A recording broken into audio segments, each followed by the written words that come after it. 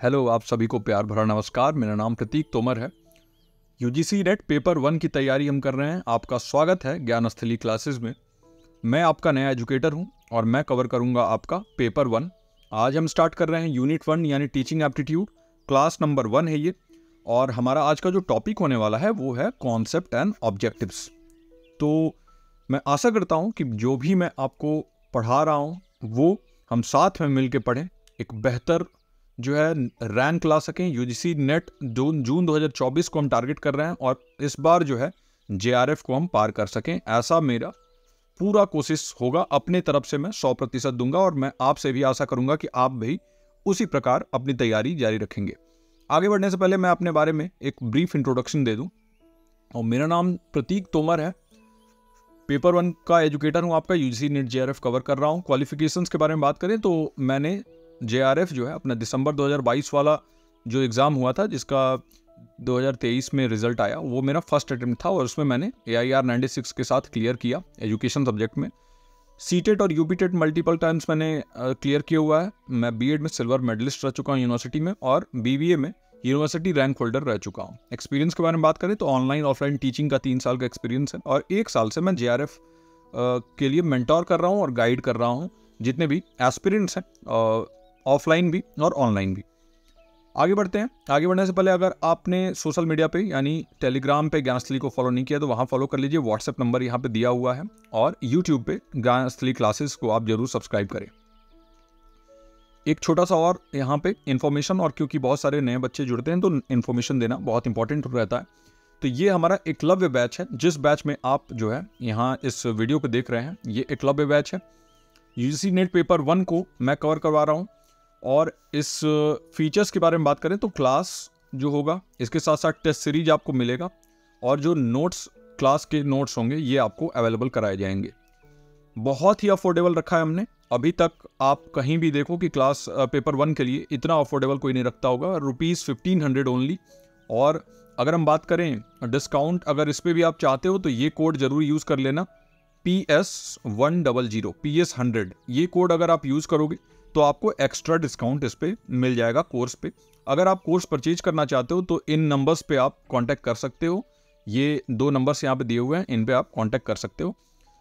अब इतना ही जानकारी था। अब इसके बाद जो है हम अपने टीचिंग पे आगे बढ़ते हैं और आज का हमारा जो टॉपिक है ये टीचिंग एप्टीट्यूड यानी शिक्षण योग्यता।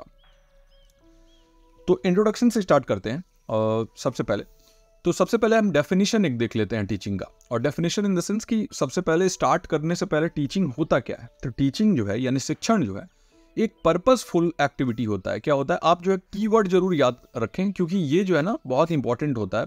पर्पसफुल एक्टिविटी है, साथ ही सिस्टमेटिक प्रोसेस है यानी व्यवस्थित प्रक्रिया है। ये देखिए सिस्टमेटिक प्रोसेस है जहां पर एक एजुकेटर जैसे कि मैं यहाँ पे हूँ और अपने नॉलेज से, अपने स्किल्स से किसी भी पर्टिकुलर सब्जेक्ट का, जैसे मैं जो है किसी पर्टिकुलर सब्जेक्ट का अगर मैं एक्सपर्ट हूं तो मैं अपने नॉलेज से, अपने स्किल्स से क्या करता हूं, फैसिलिटेट करता हूं। ये वर्ड, ये कीवर्ड आप बहुत ही अच्छे से ध्यान में रखिए, फैसिलिटेट करना। ठीक है, तो फैसिलिटेट करना मतलब क्या होता है कि एक तरीके से सुविधा देना, सुविधा प्रदान करना। क्या कि पहले क्या होता था कि टीचर को जो है, टीचर को क्या कहता था कि भाई टीचर जो है यानी शिक्षक जो है ये एक तरीके से शिक्षा, जो भी टीचिंग था उसको ये ट्रांसफ़र करता था। ठीक है, ट्रांसफ़र करता था। लेकिन अभी जो न्यू कॉन्सेप्ट डेवलप हो रहा है, तो न्यू कॉन्सेप्ट में क्या दिखा जा रहा है कि बच्चों को आप खुद से सीखने दें और आप फैसिलिटेटर की तरह काम करें। तो टीचर जो है वो एक फैसिलिटेटर की तरह, कि जहाँ भी बच्चों को प्रॉब्लम आएगा वहाँ आप फैसिलिटेट करेंगे, उनको सुविधा देंगे। लेकिन एक तरीके से अगर देखें तो उनको डायरेक्टली आप ऐसा नहीं है कि कुछ आएंगे और लेक्चर दे के चले जाएंगे। तो ये जो है एक फैसिलिटेटर की तरह आप काम करेंगे। तो टीचिंग क्या होता है, एक पर्पसफुल एक्टिविटी होता है, एक सिस्टमेटिक प्रोसेस होता है, यानी कि ये जो है एक व्यवस्थित प्रक्रिया है, एक सिस्टमेटिक तरीके से चलने वाली प्रक्रिया है, जहां पर एजुकेटर जो है अपने नॉलेज और स्किल से किसी पर्टिकुलर सब्जेक्ट का आप जो है फैसिलिटेट करेंगे दूसरों को, जो भी सीखने के लिए आए हुए हैं, जिनको हम बोलते हैं लर्नर्स। ठीक है, अब हम आगे बढ़ते हैं। तो आगे बढ़ने में ये देखते हैं कि भाई जो टीचिंग जो प्रोसेस है ना, ये क्या होता है, एक डेलिबरेट ट्रांसमिशन ऑफ इंफॉर्मेशन है। ठीक है, तो क्या है ये कि भाई जो भी इंफॉर्मेशन है, ठीक है, जो भी सूचना है, उसको डेलिबरेटली ट्रांसमिट किया जाता है। डेलिबरेटली मतलब जानबूझकर, ठीक है। तो आप जो है जानते हो कि आपको क्या करना है, पहले से ही एक तरीके से आप देखें तो ब्लूप्रिंट रेडी होता है in the form of syllabus, ठीक है। जो भी आपका सिलेबस होता है, जो भी आपका ओवरऑल एक ब्लूप्रिंट, वो सिलेबस जो है काम करता है और उसके थ्रू आप जो है इंफॉर्मेशन को ट्रांसमिट करते हो, स्किल्स को डेवलप करवाते हो। ये बहुत इंपॉर्टेंट है कि भाई टीचर जो है वो स्किल डेवलपमेंट में भी बहुत ही इंपॉर्टेंट रोल प्ले करता है कि भाई स्किल्स डेवलप होता है। और इसके साथ साथ जो समझ का विकास होता है ना, जो समझ का विकास होता है, अंडरस्टैंडिंग इन द लर्नर्स, तो आप उसको कल्टीवेट करते हो, ठीक है। तो इसको जो है उनके अंदर जो है निहित करते हो, उनके अंदर यानी लर्नर्स के अंदर, ठीक है। तो ये लर्नर्स को क्या करते हो आप, उनके अंदर एक जो है अंडरस्टैंडिंग डेवलप करवाते हो, ठीक है। तो ये जो है टीचिंग का यानी ये है शिक्षण का एक ओवरऑल हम परिभाषा देख चुके हैं। और आगे बढ़ने से पहले हम देखते हैं एक बार कि क्या क्या अलग अलग डेफिनेशंस हो सकते हैं। अलग अलग एजुकेशनिस्ट जो हैं, जो अलग अलग उनके डेफिनेशन आए हुए हैं, तो उनको हम एक बार देख लेते हैं। डेफिनेशन को मैंने हिंदी में इसलिए नहीं डाला है क्योंकि एज इट इज़ जैसा उन्होंने बोला है उनका ही डेफिनेशन ये है, तो इसको फिर ट्रांसलेट करने का कोई मतलब नहीं। तो एक जनरल डेफिनेशन देखें तो टीचिंग जो है ना, ये एक इंटेंशनल प्रोसेस होता है, ठीक है। आप जानबूझ के ये करते हो। और एक सिस्टमेटिक प्रोसेस होता है जिसमें हम फैसिलिटेट करते हैं लर्निंग को, कैसे, बाय इम्पार्टिंग नॉलेज देकर, स्किल्स डेवलप करके और साथ ही साथ वैल्यूज डेवलप करके। वैल्यूज क्या हो सकते हैं? वैल्यूज हो सकते हैं एथिकल वैल्यूज हो सकते हैं मोरल वैल्यूज, ठीक है। तो वैल्यूज डेवलप करके हम दे सकते हैं। अगर हम बात करें जॉन डुई की, तो ये एक बहुत ही इंपॉर्टेंट नाम आ जाता है अगर हम बात करें एजुकेशन में। तो John dewy, learning by doing इनका एक कॉन्सेप्ट है ना। तो अगर आप जॉन डुई के बारे में जानते होंगे तो जानते होंगे कि भाई जो करके सीखने वाली जो प्रक्रिया थी, लर्निंग बाय डूइंग, तो इनका मानना था कि बच्चे जो हैं वो खुद से करके ज़्यादा बेहतर सीख पाते हैं। तो according to John Dewey, teaching जो है ना वो सिर्फ ट्रांसमिटिंग ऑफ नॉलेज नहीं है। ऐसा नहीं है कि आप जो है सिर्फ ट्रांसफर कर दे रहे हो नॉलेज को, नो। इसके साथ साथ आप गाइड करते हो स्टूडेंट्स को, ठीक है, उनको रास्ता दिखाते हो ताकि वो खुद से अपने नॉलेज को कंस्ट्रक्ट कर सकते हैं। Active building, active construction of their knowledge, ठीक है। तो यहाँ पे ये बात करते हैं कि भाई एक्टिव पार्टिसिपेशन की, कि जो टीचिंग लर्निंग प्रोसेस होता है ना, इसमें जो लर्नर होता है ना वो एक्टिवली पार्टिसिपेट करे इस प्रोसेस में, ताकि उसका विकास जो है ना वो ज़्यादा बेहतर, उसके समझ का विकास ज़्यादा बेहतर हो सके। और आप भी इस चीज़ को ज़रूर महसूस करते होगे कि जिस भी चीज़ को आप हैंड्स ऑन एक्सपीरियंस करते हो, अपने हाथों से जिस चीज़ को सीखते हो, उसको आप बहुत ही मतलब बहुत जल्दी भूल नहीं पाते हो, उस चीज़ को हमेशा याद रख पाते हो। अगर हम बात करें एरिस्टोटल की यानी अरस्तु की, अगर हम बात करें तो अरस्तु क्या कहते हैं? अरस्तु का कहना है कि एजुकेशन जो है ना वो as best provision for old age, ठीक है, कि भाई जो एजुकेशन का इम्पैक्ट है ना वो पूरी लाइफ चलेगा, ठीक है। तो एजुकेशन जो है वो नेवर एंडिंग प्रोसेस, ये बोलते हैं कि education is a never ending process, एक ऐसी प्रक्रिया है जो कि कभी खत्म नहीं होती है, ठीक है। You are learning right from the womb to tomb. तो आपने एक जो है ये सुना होगा वर्ड वोम टू टूम वाला, ठीक है। तो मतलब गर्भ से लेके कब्र तक ये जो है शिक्षा चलता रहता है, लर्निंग चलता रहता है, ठीक है। अगर हम बात करें मैल्कॉम की, तो मैल्कॉम फोर्ब्स का एजुकेशन पे क्या मानना था कि ये एम्फसाइज करते हैं कि एजुकेशन जो है ना ये एक एम्प्टी माइंड को एक ओपन माइंड से रिप्लेस कर देता है, ठीक है। एक खाली दिमाग होता है ना, तो उसको एक खुला दिमाग से रिप्लेस कर देता है, ठीक।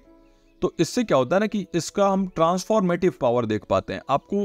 आपको कई बार आपने सुना होगा कि बहुत लोग, जहाँ भी ज़्यादा दंगे फसाद होते हैं, जहाँ भी ज़्यादा प्रॉब्लम्स होते हैं, वहाँ सबसे बड़ा प्रॉब्लम क्या है? एजुकेशन की। अभी आप कहीं भी देख लो, आप ईरान, जिस भी कंट्री को उठा लो, ईरान देख लो, अफगानिस्तान देख लो, जिस भी कंट्री को उठा लो, वहाँ अगर एजुकेशन का लेवल कम है, अगर एजुकेशन का स्तर कम है, तो वहाँ पे जो है काफ़ी कॉन्फ्लिक्ट अराइज होगा, ठीक है। इंडिया में भी आप अगर कोई स्टेट्स को ले लो, जो स्टेट्स ज़्यादा गरीब हैं, वो क्यों हैं? क्योंकि वहाँ एजुकेशन का स्तर बहुत कम है।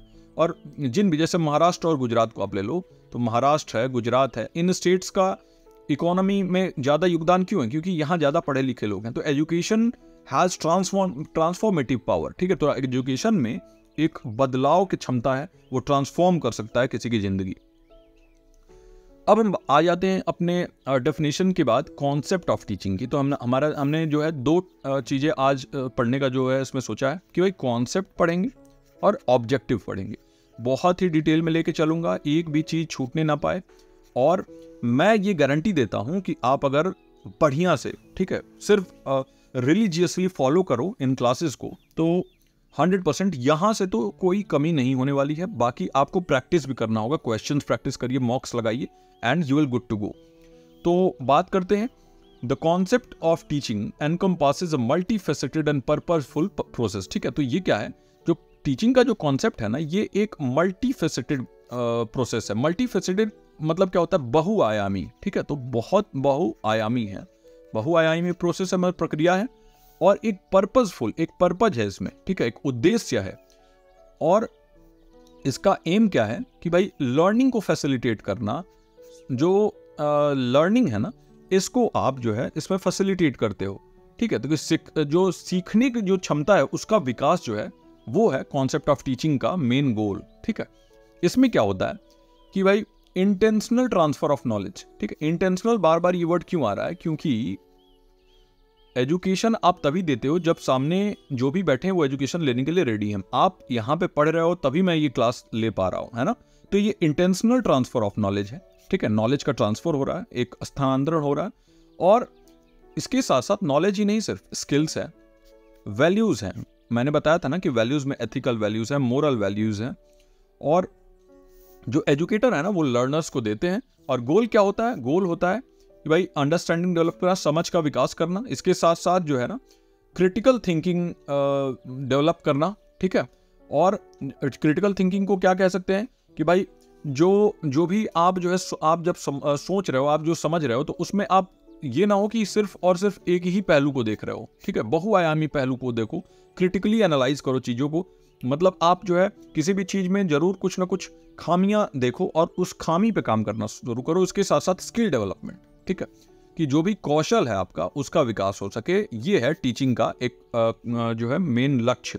ठीक, तो हम अगर बात करें तो अल्टीमेटली टीचिंग क्या है, टीचिंग जो है ना एक गतिशील और विकसित अवधारणा है, यानी एक डायनेमिक और इवॉल्विंग प्रोसेस है।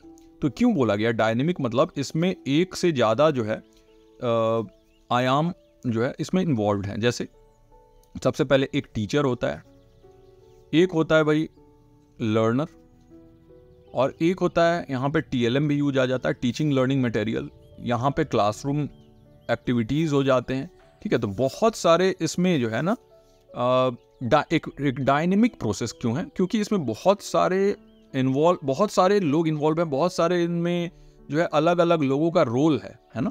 तो एक और इवॉल्विंग कॉन्सेप्ट क्यों है, क्योंकि आप देख रहे हो ना कि बहुत आर्टिफिशियल इंटेलिजेंस आ चुका है। इसके साथ साथ हम ऑगमेंटेड रियलिटी AR जो है ना, वर्चुअल रियलिटी VR जो है, तो बहुत सारा आजकल VR क्लासरूम हो रहा है, AR क्लासरूम हो रहा है, आर्टिफिशियल इंटेलिजेंस का यूज हो रहा है क्लासरूम्स में। तो these concepts are making the classroom more and more innovative, तो इवॉल्व हो रहा है। ठीक है, तो ये क्या हो रहा है ना कि जो ये गतिशील प्रक्रिया है और इसके साथ साथ जो प्रोसेस है ना, वो काफ़ी एक क्रूशियल रोल प्ले करता है किस चीज़ में, intellectual and practical development of individuals. ठीक है, तो मतलब क्या है कि बौद्धिक और व्यवहारिक विकास जो इंडिविजुअल्स का है, ठीक है, जो ये बौद्धिक है, जो ये व्यवहारिक विकास है ना, इसको आकार देने में एक महत्वपूर्ण भूमिका निभाता है कौन, शिक्षण। ठीक, तो टीचिंग क्यों इंपॉर्टेंट है ये आपने जान लिया, इसका कॉन्सेप्ट क्यों इंपॉर्टेंट है जान लिया। अब हम समझते हैं कुछ पॉइंट्स में कि भाई कॉन्सेप्ट ऑफ टीचिंग क्या है। तो सबसे पहले हम देखते हैं इंटेंशनलिटी। ठीक है, टीचिंग जो है ना ये इंटेंशनल ही हो सकता है ना, ऐसा नहीं है कि टीचिंग जो है बिना उद्देश्य के हो सकता है। टीचिंग जो है एक उद्देश्य, टीचिंग का होता है शिक्षण का एक उद्देश्य है, तो एक पर्पजफुल प्रोसेस है जिसमें जो एजुकेटर्स हैं ना, जो शिक्षक हैं, वो क्या एम कर रहे हैं कि भाई कोई स्पेसिफिक लर्निंग आउटकम निकले। अच्छा, ये क्लास आप क्यों ले रहे हो, क्योंकि आप जो है नेट या फिर JRF को टारगेट कर रहे हो, है ना, तो इसका आउटकम ये निकलेगा। अगर आप क्लास बढ़िया से ले लोगे तो आपके अच्छे मार्क्स आएंगे। दूसरा जो ये हमारा पॉइंट है, ये है फैसिलिटेशन ऑफ लर्निंग। तो इसमें क्या है कि rather than a one way transmission, teaching जो है ना ये 2 वे प्रोसेस है। ठीक है, तो एक 2 तरफा प्रक्रिया है जिसमें क्या होता है ना कि एजुकेटर्स जो हैं वो एक गाइड और एक फैसिलिटेटर की तरह काम करते हैं, और लर्निंग एक्सपीरियंस जो स्टूडेंट्स के जो होते हैं ना उनको एनहेंस करते हैं। ठीक है, क्या करते हैं, उसको जो है बेहतर बनाते हैं, जो लर्निंग एक्सपीरियंस है उसको बेहतर बनाते हैं। फैसिलिटेशन प्रोवाइड करते हैं व्हेनेवर, मतलब जहाँ भी स्टूडेंट्स जो है ना वो हर्डल फेस करते हैं, जहाँ भी उनको रुकावट महसूस होता है, जहाँ भी उनको कुछ समझ में नहीं आता है ना, तो वहाँ टीचर जो है उनके लिए अवेलेबल रहते हैं ताकि उनको कोई प्रॉब्लम ना हो। तीसरा हम अगर पॉइंट देखें तो ये है नॉलेज ट्रांसफर। भाई एट इट्स कोर टीचिंग क्या है, teaching involves the transfer of knowledge. ठीक, ट्रांसफर ऑफ नॉलेज तो होता ही है भाई, हायर टू लोअर। जो टीचर है ना इनके पास ज़्यादा नॉलेज है, ठीक है, हायर स्किल्स हैं इनके पास, और जो स्टूडेंट्स हैं उनके पास वो नॉलेज नहीं है अभी, तो यहाँ से ये जो है ना हमेशा हाई से लो में ट्रांसफर होता है। तो एजुकेटर्स जो है ना वो अपने एक्सपर्टीज़ का यूज करके, ठीक है, अपने जो है इस एक्सपर्टीज़ का यूज करके ना, और इन्फॉर्मेशन को, जो भी इन्फॉर्मेशन है उसको ऐसे प्रेजेंट करते हैं ना स्ट्रक्चर्ड और अंडरस्टैंडेबल मैनर में, ठीक है, जानकारी को संरचित और समझने योग्य तरीके से प्रस्तुत करते हैं ताकि जो है अपने वो विशेषज्ञता वाले विशेषज्ञता का उपयोग कर सकें। मतलब अपने जो है ना जिस चीज़ में वो माहिर हैं, जो उनका जो है एक्सपर्टीज़ है उसको प्रेजेंट कर सकें। इससे क्या होगा कि जो डाइवर्स नीड ऑफ लर्नर्स है ना, जो अलग अलग नीड्स हैं लर्नर्स के, उनको फुलफिल किया जा सकता है ना। तो इससे आप जो है ना एक बेहतर टीचिंग लर्निंग प्रोसेस को डिज़ाइन कर सकते हो। तो ये है नॉलेज ट्रांसफ़र। अब हम बात करते हैं एडेप्टेबिलिटी की। तो इफेक्टिव टीचिंग जो है ना ये क्या होता है, इसमें एडेप्टेबिलिटी रिक्वायर्ड होता है। ठीक, जब भी आप अडाप्ट करते हो सिचुएशंस को, अलग अलग लर्निंग स्टाइल्स होते हैं इसमें, ठीक है, इसके साथ साथ जो इंडिविजुअल डिफरेंसेस होते हैं। इंडिविजुअल डिफरेंस क्या होता है, नई शिक्षा नीति में भी बहुत ज़्यादा जोर दिया गया है इंडिविजुअल डिफरेंसेस पे। तो देखिए सभी लोग एक तरीके से नहीं होते हैं। जैसे आपकी ये 5 उंगलियां जो है ना ये एक जैसी नहीं होती है ना, तो वैसे ही हर स्टूडेंट्स एक जैसा नहीं है, सभी अलग अलग हैं। कोई जो है मैथ्स में तेज है, कोई इंग्लिश में तेज है, कोई हिंदी में तेज है। तो आपको जो है बायसनेस नहीं करना है, सबसे पहले दोनों में भाई डिफरेंस नहीं करना है, किसी को ज़्यादा किसी को कम नहीं आंकना है, और उनके इंडिविजुअल डिफरेंसेस को ध्यान में रखते हुए कि किसको क्या प्रॉब्लम है उसको ध्यान में रखते हुए आपको टीचिंग करना, आपको एडजस्ट करना है। ठीक है, तो adaptability is also a concept of teaching. और एक अच्छा एजुकेटर वही है, एक अच्छा शिक्षक वही है जो कि अपने मेथड्स को, अपने पढ़ाने के तरीकों को मॉडिफाई कर सके अपने लर्नर्स के हिसाब से, उनके नीड्स के हिसाब से। ठीक है, तो वही एक अच्छा जो है एजुकेटर है। आगे बढ़ते हैं, तो जो मॉडल्स ऑफ टीचिंग है ना इसको हम देखते हैं। तो कॉन्सेप्ट ऑफ टीचिंग हमने यहां तक देखा, ठीक, और इसके बाद हम मॉडल्स ऑफ टीचिंग में देखते हैं। तो मॉडल्स ऑफ टीचिंग में सबसे पहले तो आ जाता है भाई डायरेक्ट इंस्ट्रक्शन मॉडल। ठीक, डायरेक्ट इंस्ट्रक्शन नाम से ही पता चलता है क्या, प्रत्यक्ष निर्देश। इसमें क्या होता है कि टीचर सेंटर्ड मॉडल है ये। इसमें टीचर जो है ना ये प्रिंसिपल होता है, मतलब टीचर फोकस्ड मॉडल है ये। इसमें पूरा फोकस टीचर पे होता है, और इसमें क्लियर ऑब्जेक्टिव होता है और लेसन स्ट्रक्चर्ड होता है। तो ये जैसे क्लासिकल क्लास जो चलता था ना, याद है, जैसे आप पहले के जो क्लासेस थे, आप क्लास में जाते थे, टीचर आते थे, वो अपना बोर्ड पे पढ़ाते थे, चले जाते थे, आपको समझ में आया नहीं आया वो बात अलग है, उनका ऑब्जेक्टिव एकदम क्लियर है, उनका लेसन जो है स्ट्रक्चर्ड तरीके से प्रेजेंट हो जाएगा, and it is upon you whether you take it or not. आप उसको कैसे लेते हो ये आपके ऊपर है। तो ये जो है डायरेक्ट इंस्ट्रक्शन हो जाता है। दूसरा, अगर कंस्ट्रक्टिविस्ट बोलते हैं ना, तो कंस्ट्रक्टिविस्ट जैसे हमने जैसे पियाजे हो गए, पियाजे हैं, फिर जॉन डुई हैं, तो ये जो है ना जिस तरीके का लर्निंग और टीचिंग लर्निंग की बात इन्होंने किया है वो होता है कंस्ट्रक्टिविस्ट तरीका। इसमें क्या होता है ना कि the student construct their knowledge. तो ये एम्फेसिस है स्टूडेंट पे, तो यानी ये एक स्टूडेंट सेंटर्ड मेथड है। और इसमें क्या है कि कंस्ट्रक्शन ऑफ अंडरस्टैंडिंग, मतलब अंडरस्टैंडिंग बच्चे खुद डेवलप कर लें एक्टिव पार्टिसिपेशन के थ्रू। तो ठीक है, तो एक्टिव लर्निंग जो है ना इसका की वर्ड है। तो एक्टिव पार्टिसिपेशन के थ्रू जो है ना ये अपना खुद का जो भी अंडरस्टैंडिंग है उसको कंस्ट्रक्ट कर सके। तो ये हो गया। तीसरा मॉडल ऑफ टीचिंग है सोशल लर्निंग। सोशल लर्निंग क्या होता है कि observing, learning by observing, imitating and interacting with others. तो इसका सबसे अच्छा एग्जाम्पल मैं हमेशा देता हूँ, जैसे हमारा बैच का भी जो नाम है यानी एकलव्य। ठीक है, तो एकलव्य से बड़ा सोशल लर्निंग का कोई एग्जाम्पल नहीं हो सकता। एकलव्य ने क्या किया था कि उन्होंने ऑब्जर्व करके सीख लिया था, है ना। गुरु द्रोण के पास जो है वो जा नहीं सकते क्योंकि वो जो है प्रिंस को, जो भी प्रिंस थे उनको सिखाते थे। तो एकलव्य दूर से ही खड़े होके देखते थे, और वो कहा जाता है कि अर्जुन से भी बड़े धनुर्धर हुए। एकलव्य, जबकि उनका अंगूठा जो है गुरु द्रोण ने एक आप कह सकें कि उस समय पे एक परंपरा होता था, तो उस परंपरा के थ्रू उनका अंगूठा ही वो मांग लिया उन्होंने कि भाई गुरु दक्षिणा के रूप में। तो एकलव्य जो है ना वो क्या करते थे, वो ऑब्जर्व करके उन्होंने सीखा। तो ऑब्जर्विंग, इमिटेटिंग मतलब किसी का नकल करना, ठीक है, और उससे सीखना। जैसे छोटे बच्चे नकल करते हैं ना, नकल करके सीखते हैं, तो ये छोटे एज में होता है। और बात करके, इंटरेक्ट करके, आपस में जो है एक तरीके से आप कन्वर्सेशन करके जो सीख रहे हो, तो वो है सोशल लर्निंग, ठीक है, यानी सामाजिक शिक्षा। और कंस्ट्रक्टिविस्ट को बोलते हैं रचनावादी शिक्षा।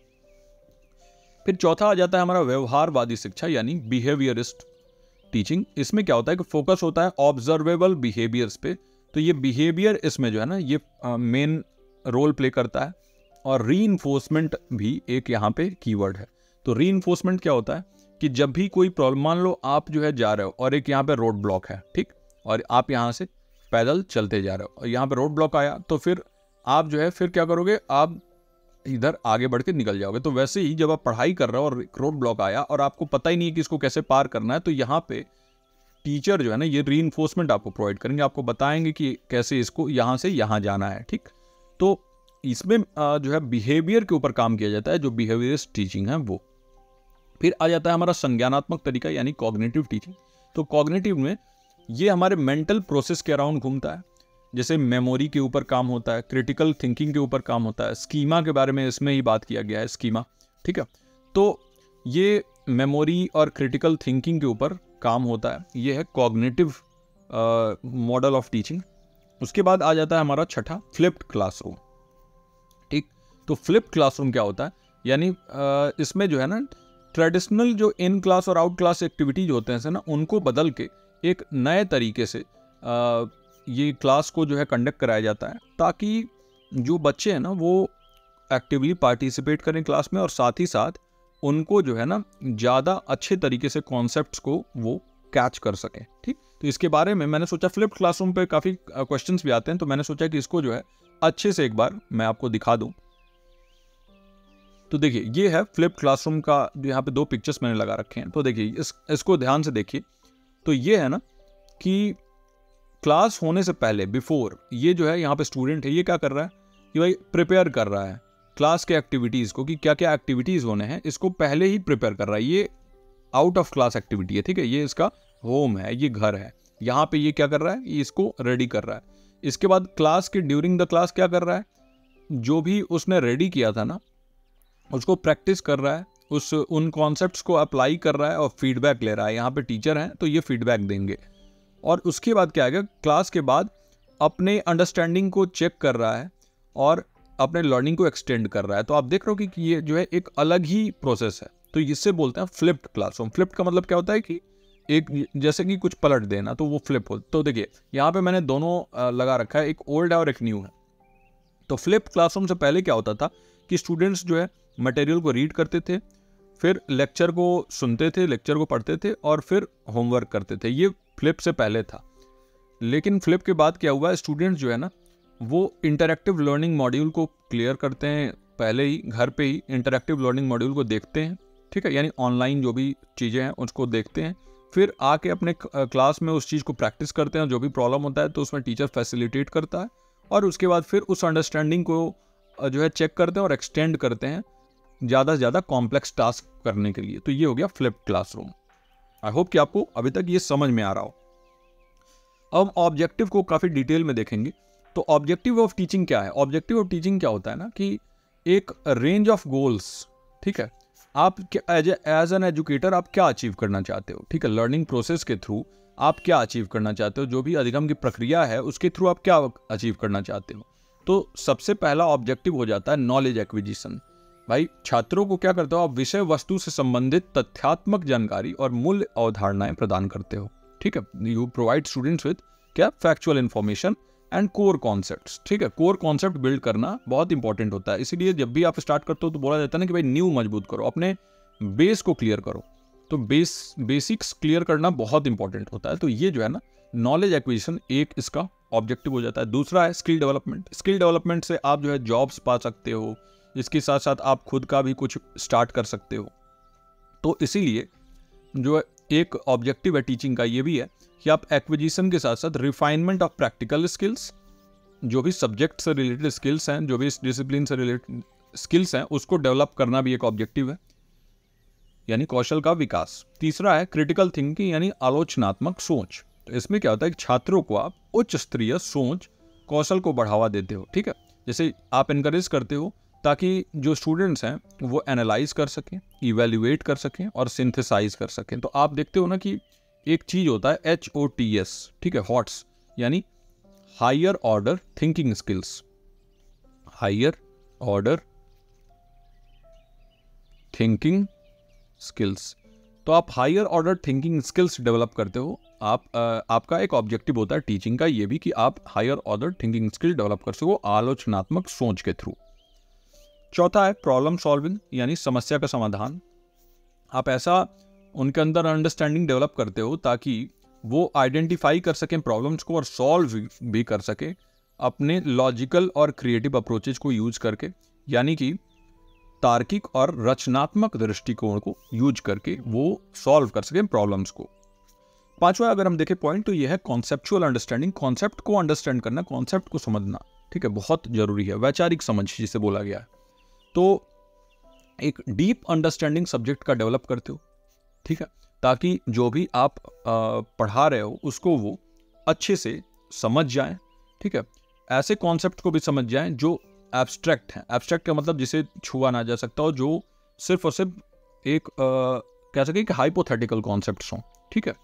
और ऐसे प्रिंसिपल्स को भी जो सब्जेक्ट में है उसको अच्छे से उनका अंडरस्टैंडिंग बढ़िया हो सके, तो वैचारिक समझ उनका बेहतर हो सके, अमूर्त अवधारणाओं को और सिद्धांतों की गहरी समझ को आप जो है डेवलप करते हो उनके अंदर। इसके साथ साथ अगर हम देखें हमने छठवें पॉइंट की, तो ये कम्युनिकेशन स्किल्स बिल्कुल ही भाई संचार का कौशल आप डेवलप करते हो। आप स्टूडेंट्स के एबिलिटी को थ्रू अपने आइडियाज़ के थ्रू उनको जो है ना वर्बली यानी कि बोलने की, लिखने की क्षमता का विकास करते हो। आप उनके कम्युनिकेशन स्किल्स को डेवलप करने से क्या होता है कि उनके अंदर कॉन्फिडेंस डेवलप होता है और साथ ही साथ वो अपने बात को बेहतर ढंग से रख पाते हैं। तो कम्युनिकेशन स्किल एक बहुत ही इंपॉर्टेंट जो है कॉन्सेप्ट हो जाता है अगर हम बात करें टीचिंग के ऑब्जेक्टिव की, तो ठीक है।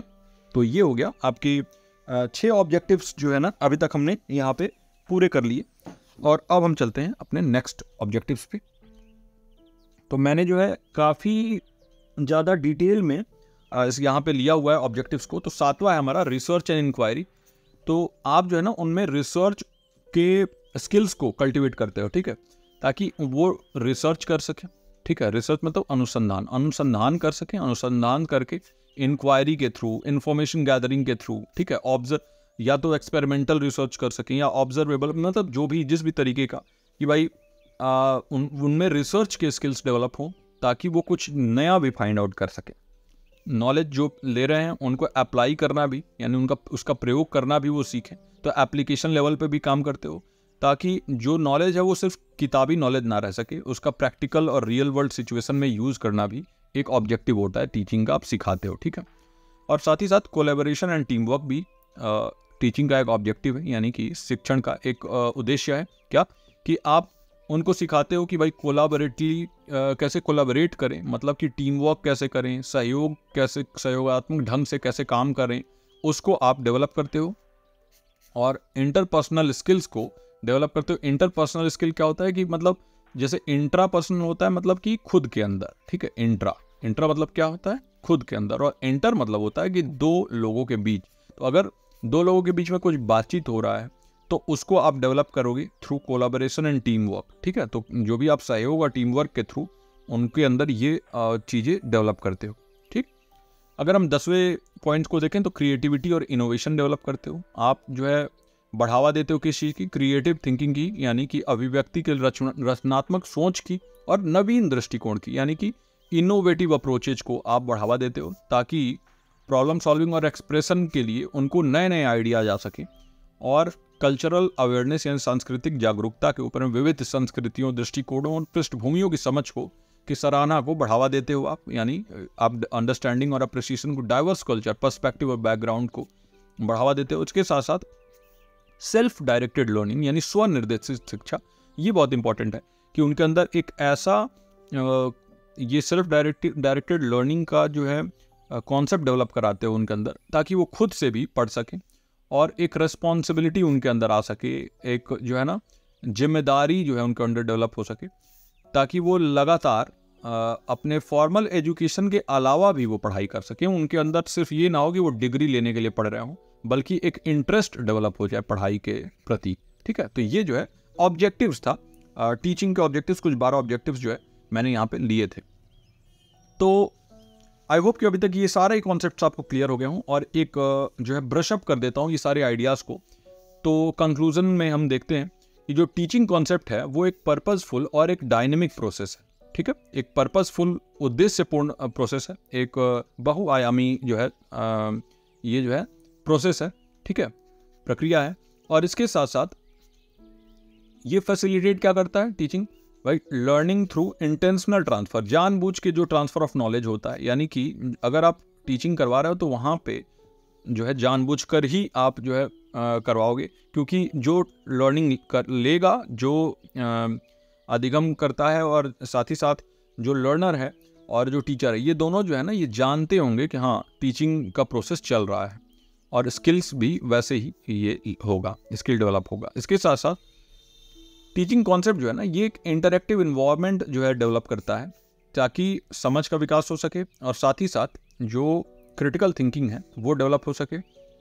यानी कि आप जो हायर ऑर्डर थिंकिंग स्किल्स है उसको डेवलप कराओ, इवैल्यूएशन पे काम होगा। ठीक है, सिंथेसाइज करोगे चीज़ों को, है ना, सिंथेसिस पे काम होगा, और बहुत ही बेहतर ढंग से चीज़ों को एनालाइज करोगे आप, है ना। ऑब्जेक्टिव्स हमने देखा अभी कि भाई नॉलेज एक्विजिशन एक ऑब्जेक्टिव है, कि भाई ज्ञान का अर्जन, उसके साथ साथ आप स्किल को डेवलप कराना, क्रिटिकल थिंकिंग को डेवलप कराना, जैसे एनालाइज, इवेलुएट करो, सिंथेसाइज करो, प्रॉब्लम सॉल्विंग को डेवलप करना, जो भी समस्या का समाधान आप करते हो तो आप उसको डेवलप कराना सिखाते हो through logical and creative approaches. आप एप्लीकेशन सिखाते हो, यानी कि जो रियल वर्ल्ड यूज़ है नॉलेज का, सिर्फ किताबी नॉलेज ना रहे, उसका रियल वर्ल्ड यूज हो, वो भी सिखाते हो। और एथिकल और मोरल डेवलपमेंट होता है। ठीक है, तो जो व्यवहारिक और इसके साथ साथ जो वैल्यू एडिशन होता है उनके लाइफ में, जो भी नैतिक शिक्षा है उसका जो नैतिक शिक्षा का डेवलपमेंट, यानी कि उसका विकास आप करवाते हो थ्रू टीचिंग। और अडाप्टेबिलिटी, यानी कि जो भी सिचुएशन है उसको उसमें अडाप्ट करना।